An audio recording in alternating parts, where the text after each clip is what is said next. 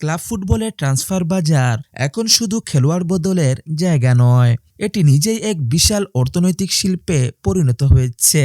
বড় অঙ্কের ট্রান্সফার যেমন আলোড়ন তুলে, তেমনি এর প্রভাবও দীর্ঘমেয়াদী। সব ট্রান্সফার সফল না হলেও অর্থের অঙ্কে তৈরি হয় নতুন নতুন বিশ্ব রেকর্ড। এখন পর্যন্ত ইতিহাসের সবচেয়ে দামি ট্রান্সফারটি নিজের দখলেই রেখেছেন নেইমার জুনিয়র। 2017 সালে বার্সেলোনা থেকে পিএসজিতে তার 222 মিলিয়ন ইউরোর দলবদল ফুটবল বিশ্বে নতুন মানদণ্ড তৈরি করে। এই অঙ্কের কাছাকাছিও যেতে পারেননি আর কোনো ফুটবলার। সবচেয়ে কাছাকাছি থাকা কিলিয়ান এমবাপ্পের ট্রান্সফার ফি ছিল 180 মিলিয়ন ইউরো।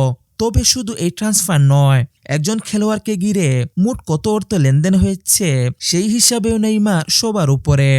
SI.com-এর এক বিশ্লেষণে দেখা গেছে, ক্যারিয়ারে 3 বার ট্রান্সফার হয়ে মোট 400 মিলিয়ন ইউরোর লেনদেনের সঙ্গে যুক্ত ছিলেন ব্রাজিলিয়ান এই সুপারস্টার। তবে এই তালিকায় দ্বিতীয় স্থানে রয়েছেন বেলজিয়ামের ফরওয়ার্ড রোমেলু লুকাকু। একাধিক ক্লাবে যাতায়াতের কারণে তার নামের পাশে জমা হয়েছে 369.9 মিলিয়ন ইউরো, যদিও তিনি ট্রান্সফার হয়েছেন 9 বার।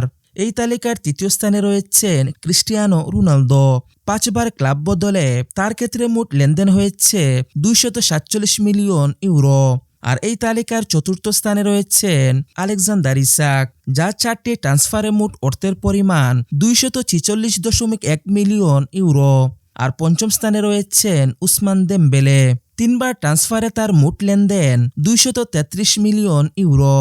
এই 5 ফুটবলারের ট্রান্সফার মিলিয়ে মোট 1.496 বিলিয়ন ইউরোর বিশাল অঙ্কের লেনদেন হয়েছে, যা আধুনিক ফুটবলের অর্থনৈতিক বাস্তবতাকে স্পষ্টভাবে তুলে ধরে।